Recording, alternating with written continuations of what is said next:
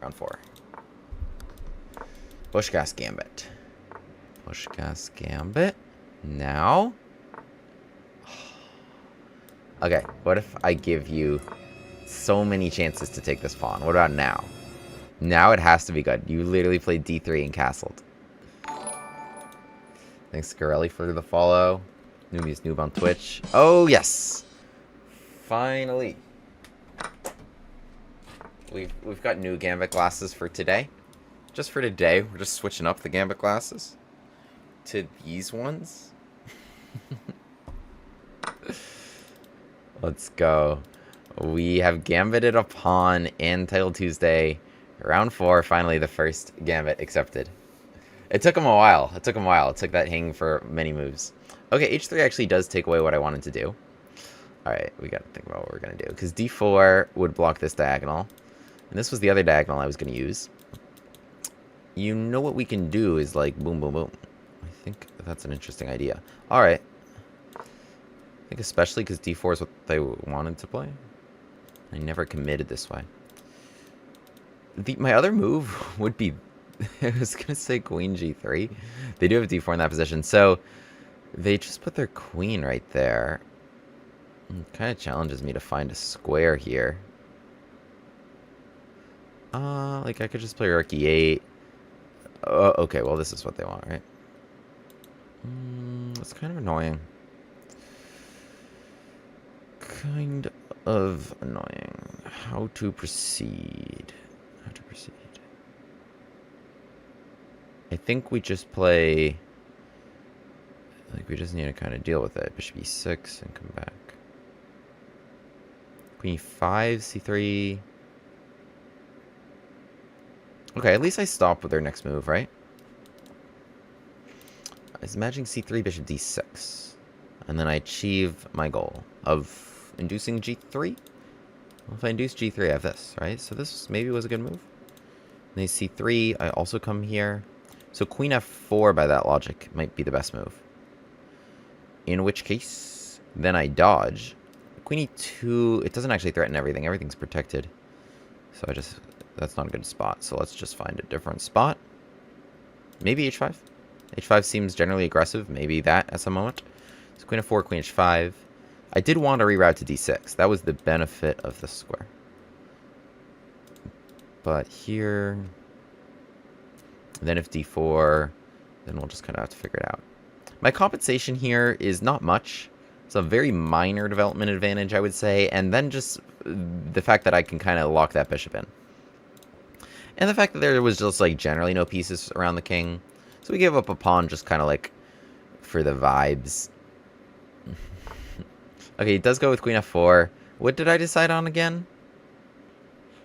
I don't really remember. I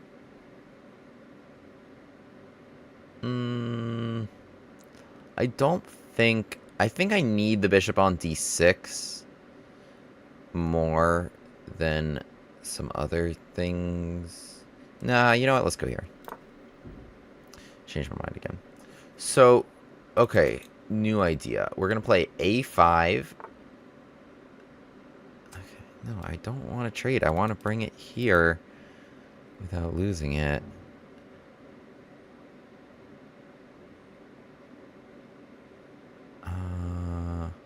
Okay, let's go here. I don't want to trade. I just really don't want to trade. Let's just go here. Potentially, it's time to finish your development. Now without this pin, with the pin, maybe some resources existed. Without it, it's not happening. d2 supports queen f3. Alright, so they are actually completing their development in an okay manner. But okay, we go here. Oh! Oh! Black to move and win! Black to move and win! Guys. Chat. I just won. It's over. It's over. Pause the video. Let's go. Bishop g4. Queen is trapped. Queen h2. Checkmate if you take my bishop. Oh! The power of the gambit glasses. The power of the gambits. We got them. Let's go. Oh, what a pretty queen trap. What a pretty queen trap. What a pretty queen trap. Chat, comment your thoughts. Let's go.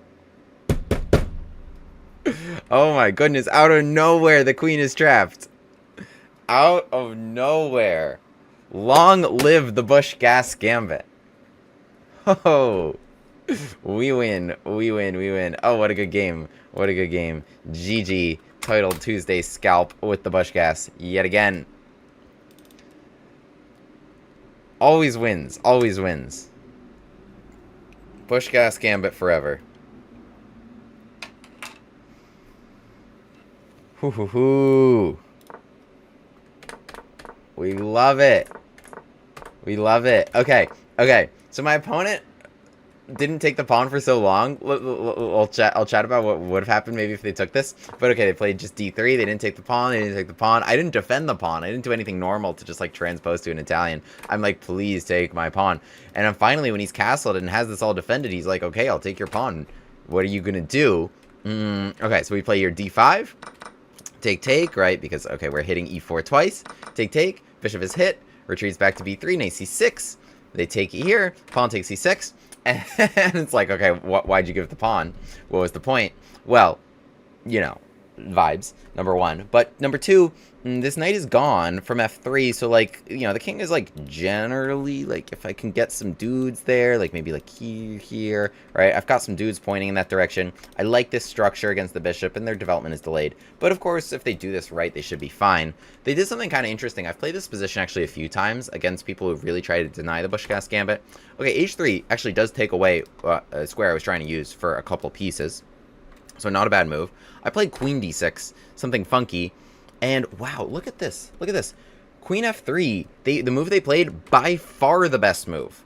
By far the best move. Not an easy move to play at all when, like, d4 is a consideration and, like, I don't know, developing your pieces has to be a consideration. But, like, for example, if knight c3, then yeah, now I start rerouting. I mean, they've really spotted my idea, because now I start rerouting, trying to come to h2, and, you know, I might induce a g3 for that, and then try to win this pawn. So, not easy to deal with. Yeah, I mean, the engine's saying, like, this is the best idea, and I would just win a pawn here or something. So, but they really spotted the idea. Queen f3, really nice move. I like, the fact that I can't use the g4 square is very important here. And supporting bishop f4. I can't teleport to c7 after bishop b6, bishop f4, and they're doing well. So, here's the only move to keep fighting. It's queen e5. Queen e5, a really nice move. So stopping bishop f4, right? They really wanted to play bishop f4. What can I do that stops bishop f4? This is like the only move that makes sure bishop f4 is not their next turn, right? So I'm just going to take the b2 pawn. So, okay, queen f4, another great move, right? If you play something normal like knight c3, then yeah, I play bishop to d6, and this becomes really annoying. So my opponent's playing like all the best moves. They literally have got an exclam on queen f3 and another exclam on queen f4. Not easy defensive resources to come up with instead of, like, developing your pieces. Okay, Engine's top choice was queen to e7, trying to support bishop to d6. I did not choose it. I chose queen to h5, which wasn't a great choice. And now the advantage goes up to plus 1.2. Plus 1.2. So white's advantage here is more than the pawn they're up, according to the engine. Bishop e3, I try to dodge it with bishop e7, knight d2. These are good choices, developing your pieces. Rook to d8, trying to support bishop to d6. This was the first questionable move. I mean, my opponent played so well here, but this was the first move in the game where it's like, why? I don't really know. Oh, you know what they were trying to do? Maybe bishop d1? But my queen has squares, so it doesn't make a lot of sense. Engine likes bishop a4 here, potentially attacking c6. Queen g3, I'm not so sure what the purpose is. Maybe it's to meet bishop d6 with bishop f4. Or you could maybe just bring in a rook. I don't know. But so they chose c3. Apparently what I should have done, why it was not good, is queen g6 directly, trying to take this. Ah, you know why? Because these are both hanging. That's why c3 was a mistake. Now d3 is hanging. So it's actually a fork. It makes one thing in their position unprotected. The other thing I already tried to take advantage of. So that's all I can attack in this position. So that's actually good. It's a very interesting fork, queen g6. Okay, well, I just play bishop d6, consistent with my idea to dodge the bishop trade, play rook d8, and then bring the bishop back to d6. Okay, they play queen f3. Huge blunder. They had to go queen g5, after which the queen trade is relatively forced. I don't think I can do this. Yeah, they just hang on here. Maybe after bishop to d4, I've got problems coming here. So, Yeah, they should have played queen g5. Instead, they played the innocent-looking queen f3. And we find by far the best move in this position. Bishop to g4. 2 exclams, and on move 16, my opponent resigns. You can't take the bishop because you lose your king. You can't take with the queen because you lose your queen. And the queen's out of squares. And we've seen ideas like this in other Busch-Gass Gambit lines. Appreciate it. GCRU indeed. Gambit Chads, rise up. Thank you, chat. Yeah, we've seen this in other Busch-Gass Gambit lines, like this one. So I'm thinking about like the refutation line, the main line of the Busch-Gass Gambit, like the most. It's not even the main line. It's just the Stockfish recommended line. So it's taking the pawn on move 3 here, just immediately as it's available, and so Stockfish will always recommend doing that. We play knight c6. Okay, this line takes d-takes, so it's like a Stafford. We open this up, except we have other resources with f5. c3, top engine move. Trying to play d4 right away, kicking this, and reducing our scope onto f2. We play queen h4, forking here, so if d4 we win the pawn. Queen to f3 is the best move, defending both. Not queen to e2, which loses immediately because the queen has no squares to hold f2. But queen to f3. Now we play queen to h6, pinning this pawn. Again, stopping d4 because the bishop hangs.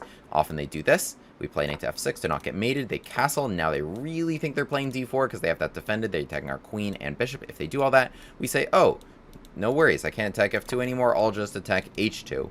And then when they play h3, very often in these positions, well, let's say like bishop f4 here, we can stop d4 because the bishop hangs now. So let's say now they play something like knight a3 to really protect their bishop. Now a number of times, now they're like, we're really playing d4 for real now. But now we win with bishop g4. So with the bishop on d6 or on f4. So like if takes queen h2, like I've gotten this a number of times with this bishop g4 resource. And if queen d3 to try to hold h3, we play rook d8. We are kicking you off of the defense of h3, and now I will take it and mate you. So like I've seen this idea.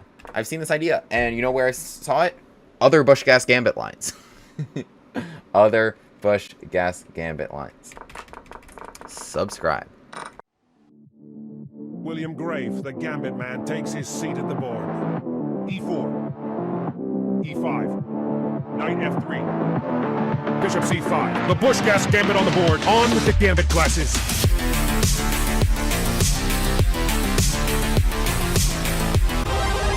Hero pawn unlocked.